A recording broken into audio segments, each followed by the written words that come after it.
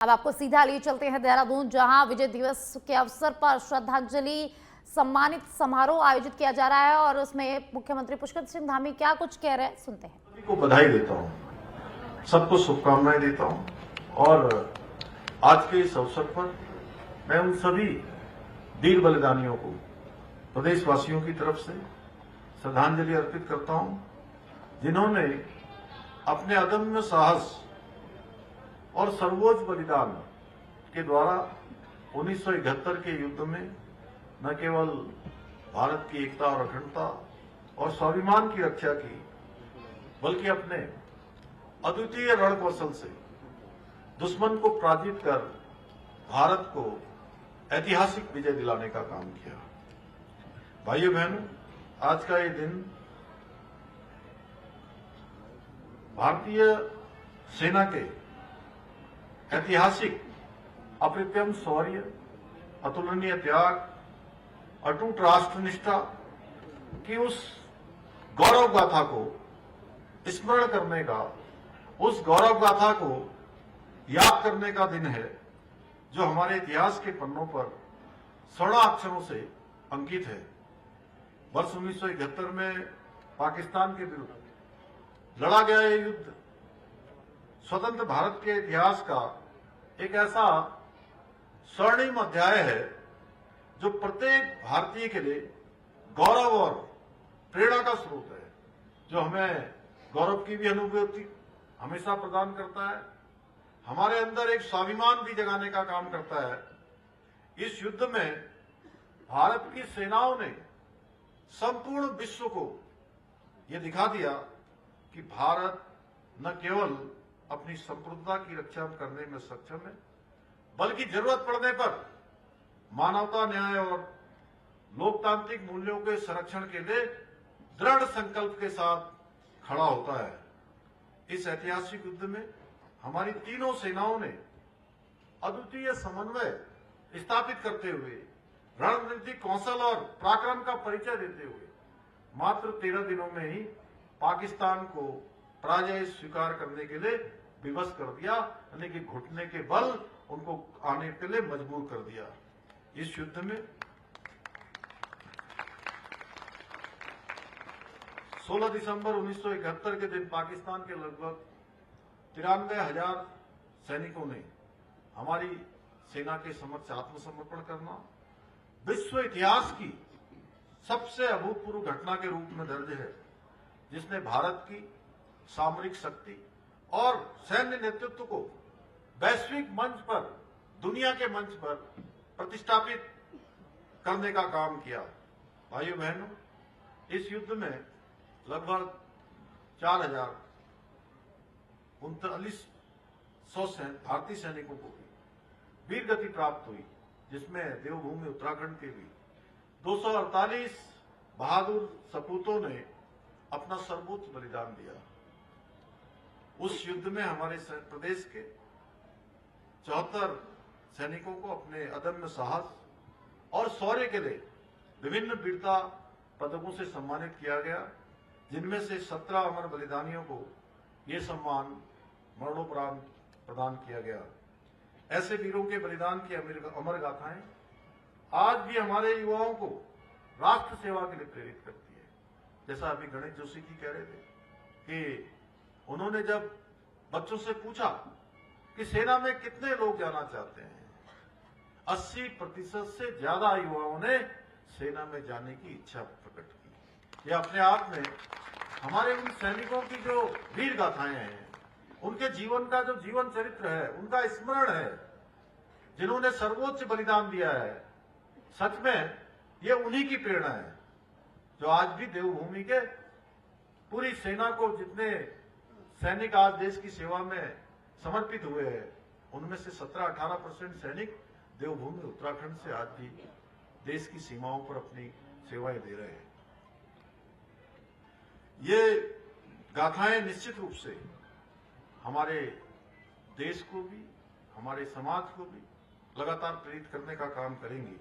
भाइयों बहनों, वीरभूमि उत्तराखंड के लगभग प्रत्येक परिवार से कोई न कोई सदस्य सेना में जरूर होता है, मैं स्वयं भी एक सैनिक का बेटा हूं और आज मुझे ये देखकर बहुत गर्व की अनुभूति होती है कि आदरणीय प्रधानमंत्री श्री नरेंद्र मोदी जी के नेतृत्व में किस प्रकार से आज हमारे सैनिकों का, हमारे जवानों का मनोबल बढ़ाने के साथ साथ सेना को आधुनिक हथियारों, तकनीकी से सुसज्जित किया जा रहा है। इसका उदाहरण अभी हमारे जनरल सभरवाल साहब ने यहां पर बहुत अच्छा उदाहरण दिया आपने कि लाहौर पहले यहां से क्या पहुंचेगी, लाहौर यहां से पहले मिसाइल पहुंच जाएगी और हम घंटा घर पहुंचने में हमें बहुत देर हो जाएगी। तो सच में जब हमारे पास ऐसे योद्धा जिन्होंने अपने जीवन को भारत मां के लिए समर्पित किया हो, पूरी अपनी जवानी लगाई हो, तो हमारा देश कभी इस क्षेत्र में पीछे नहीं हो सकता। और उस पर भी जो है सोने पर सुहागा कि हमारे देश को एक ऐसा नेतृत्व मिला है जो एक ऋषि की तरह, कर्म योगी की तरह अनवरत रूप से काम करने वाले हमारे प्रधानमंत्री श्री नरेंद्र मोदी जी।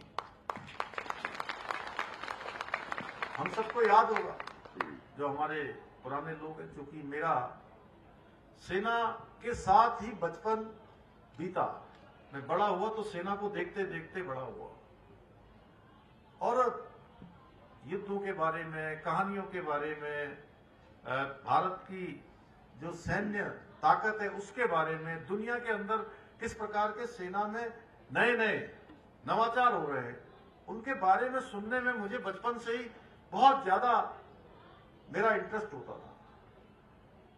इसलिए मैं जानता हूं एक समय ऐसा भी था जब भारत को रक्षा उपकरणों की आवश्यकता पड़ती थी, कोई हथियार भारत की सेना को जरूरत पड़ती थी, तो हम छोटे छोटे रक्षा उपकरणों के लिए भी, छोटे छोटे हथियारों के लिए भी हमें दुनिया के दूसरे देशों पर निर्भर रहना पड़ता था। हम दूसरे देशों से हथियार खरीदते थे, आयात करते थे, लेकिन आज समय बदल गया है। आज भारत दुनिया का, जो दुनिया के सबसे पहली पंक्ति के कुछ देश हैं जो दूसरे देशों को हथियारों का निर्यात करते हैं, उस सूची में आज हमारे देश का नाम आ गया है हमारे प्रधानमंत्री जी के नेतृत्व में। आज भारत रक्षा सामग्री का लगभग, मैं अभी रक्षा मंत्री जी के साथ एक कार्यक्रम में बड़ोदरा गया था, वहां से लौटते समय उनके साथ आ रहा था, तब उन्होंने बताया कि आज लगभग 30,000 करोड़ रुपए से भी ज्यादा का निर्यात एक वर्ष के अंदर भारत दूसरे देशों को रक्षा के उपकरणों की करता है। और आने वाले समय में बहुत जल्दी यह आंकड़ा और बढ़ने वाला है, 50,000 करोड़ तक जाएगा, उससे भी ज्यादा जाएगा। जिस प्रकार से भारत के आज रक्षा उपकरणों की मांग बढ़ गई है। और हाल ही में ऑपरेशन सिंदूर के माध्यम से भारत ने सिद्ध कर दिया कि हमारे सैनिकों के साथ साथ हमारे स्वदेशी हथियार भी किसी से कम नहीं है। और इस अभियान में भारत में निर्मित, जिसके बारे में मेजर जनरल साहब ने बताया यहां पर कि Akash missile, defence system, BrahMos missile जैसे स्वदेशी हथियारों ने पूरे विश्व के अंदर भारत का डंका बजा दिया कि भारत आज नवाचार के मामले में, विज्ञान के मामले में, प्रौद्योगिकी के मामले में आज दुनिया के शीर्ष देशों की सूची में शामिल हो गया है।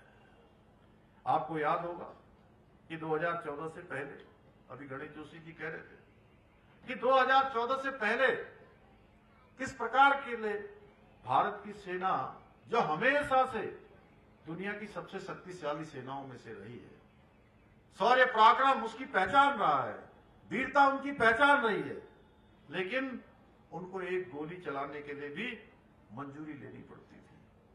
आज समय बदल गया। मोदी जी जब देश के प्रधानमंत्री बने तो उन्होंने कहा कि जब देश की सेना युद्ध करती है, देश के सैनिक सीमाओं पर तैनात होते हैं, तो उस समय में उनको उनके विवेक पर छोड़ देना चाहिए। इसलिए अब गोली चलाने के लिए किसी की मंजूरी नहीं लेनी पड़ती है।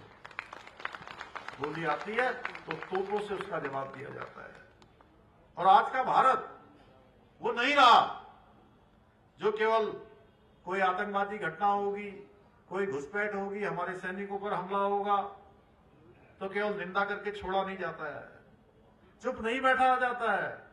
ये नया भारत है जो कोई भी घटना होती है, दुश्मन की हर नापाक हरकत का करारा जवाब देने का काम भारत की सरकार भी करती है और उनके दिलों में ही उनको नेस्तनाबूद करने का काम भारत की सेना भी करती है।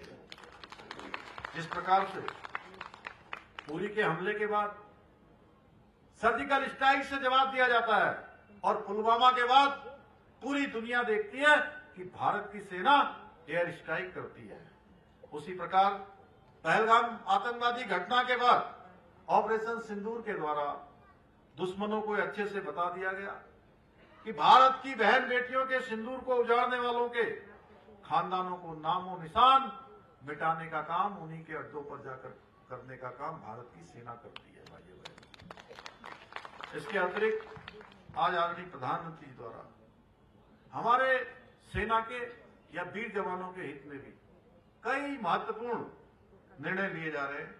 चाहे वो 40 साल से लंबी मांग सेना की थी, सैनिकों की थी कि 1 रैंक 1 पेंशन लागू होना चाहिए। तमाम सरकारें आई और गई, लेकिन वो मांग पूरी नहीं हुई, सम्मान पूरा नहीं हुआ। इस मांग को भी पूरा किया। 1 रैंक 1 पेंशन का तो मोदी सरकार ने किया। नेशनल बार मेमोरियल बनाने का निर्माण करना हो, रक्षा बजट में बढ़ोतरी करनी हो, सैनिकों की सभी आवश्यकताओं की पूर्ति करनी हो, रक्षा के अच्छे उपकरण देने हो, अच्छे उनको सामान देने हो, अच्छी खाद्य सामग्री देनी हो, या बॉर्डर पर इंफ्रास्ट्रक्चर को मजबूत करना हो। इतनी बड़ी संख्या में हमारे 20 योद्धा यहां पर बैठे हुए हैं। आप सबको पता है कि मैं जब भी सैनिकों के बीच में कोई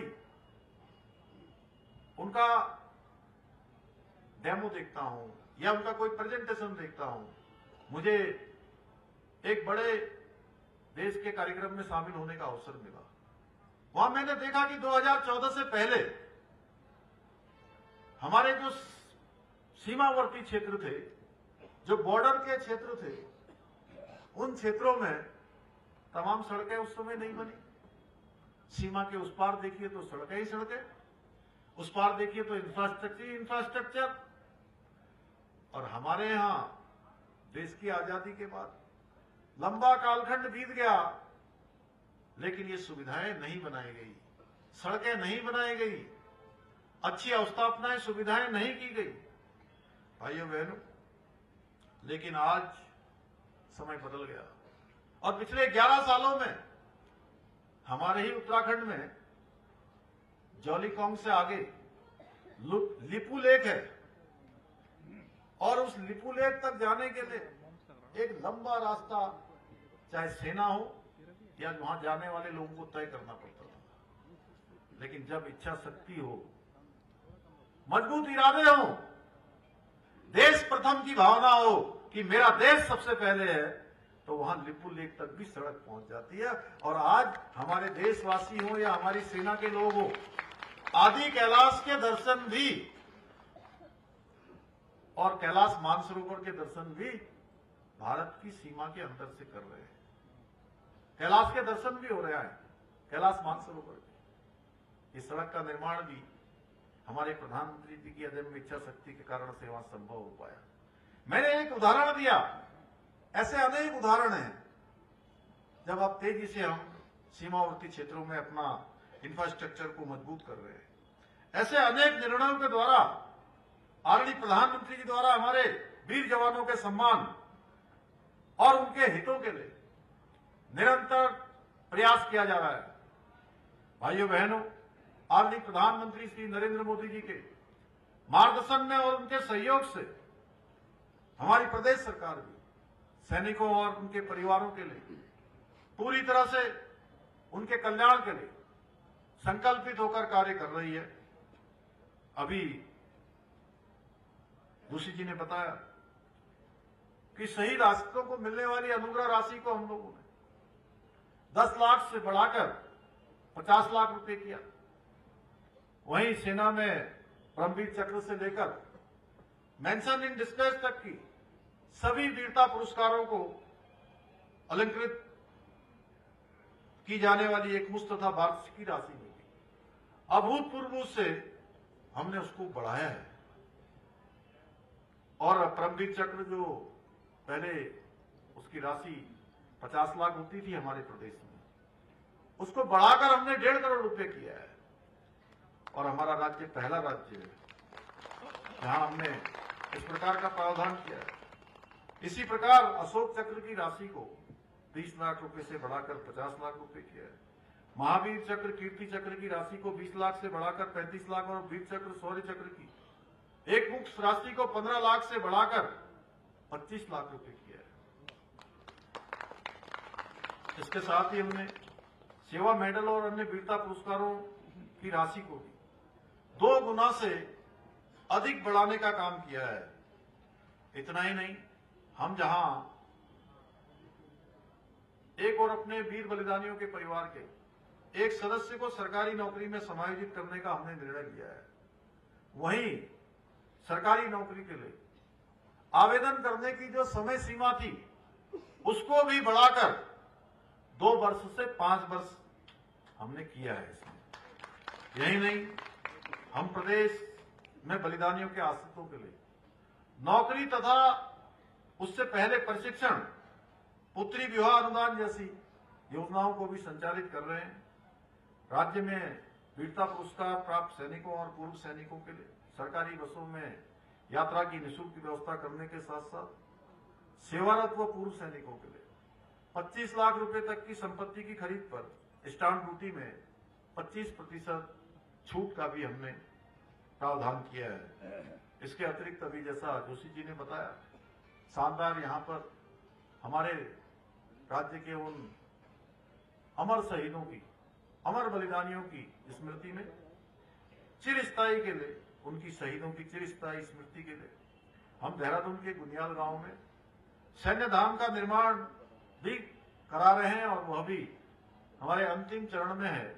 जल्दी ही उसका लोकार्पण होना है और जो प्रत्येक उत्तराखंड वासियों के लिए, उत्तराखंड के साथ साथ देशवासियों के लिए जो देहरादून आएंगे उनके लिए एक बहुत पावन स्थल होगा, जहां पर हमारे सभी वीर बलिदानियों के आंगन की मिट्टी हमेशा वहां पर उनका स्मरण कराएगी। भाइयों बहनों, भारत ने जिस बांग्लादेश को पाकिस्तान से स्वतंत्र कराने के लिए 1971 के युद्ध में अपने हजारों योद्धाओं को खोया था, आप लोगों ने देखा होगा। पिछले दिनों देखा होगा बांग्लादेश में, उस बांग्लादेश में सांप्रदायिक ताकतों द्वारा किस प्रकार से पाकिस्तान के निर्देश पर हमारे हिंदू भाई बहनों पर अमानवीय व्यवहार किया गया, अत्याचार किया गया।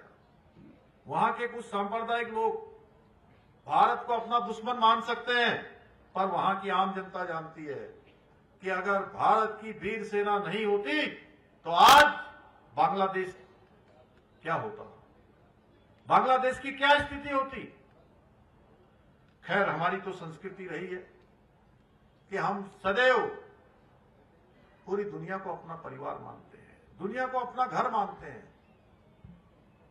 वसुधैव कुटुंबकम अयम निजम परोवेति गणमा लघुचेत साम उदार चरित्रा नाम वसुधैव तो कुटुंबकम। ये हमारी संस्कृति रही है कि ये तेरा है, ये मेरा है, ये छोटा है, ये बड़ा है। इस प्रकार का भाव भारत की संस्कृति में नहीं है। भारत की संस्कृति कहती है पूरा विश्व अपना परिवार है। इसलिए नेकी कर और दरिया में डाल, इस प्रकार की संस्कृति भारत ने अपनाई है। और जब भी दुनिया को भारत की जरूरत पड़ी है तो भारत और भारत की सरकार, भारत की सेना ने हमेशा बढ़ चढ़ करके लोगों की मदद की है। कोरोना महामारी के समय में भी पूरी दुनिया को विश्व बंधुत्व का संदेश देने का काम हमारे प्रधानमंत्री मोदी जी के नेतृत्व में भारत की सरकार ने किया। जब दुनिया के देशों में कोरोना वैक्सीन की आवश्यकता पड़ रही थी और भारत के लोगों को भी कोरोना की वैक्सीन चाहिए थी, ऐसे समय में भारत की सरकार ने भारत के लोगों के साथ साथ एक एक व्यक्ति की चिंता करते हुए दुनिया के 100 से ज्यादा देशों को वैक्सीन देने का काम भी प्रधानमंत्री मोदी जी के नेतृत्व में किया, जिसने पूरी दुनिया का भरोसा भारत के प्रति और बढ़ाने का काम किया। भाइयों बहनों, आज आदरणीय प्रधानमंत्री श्री नरेंद्र मोदी जी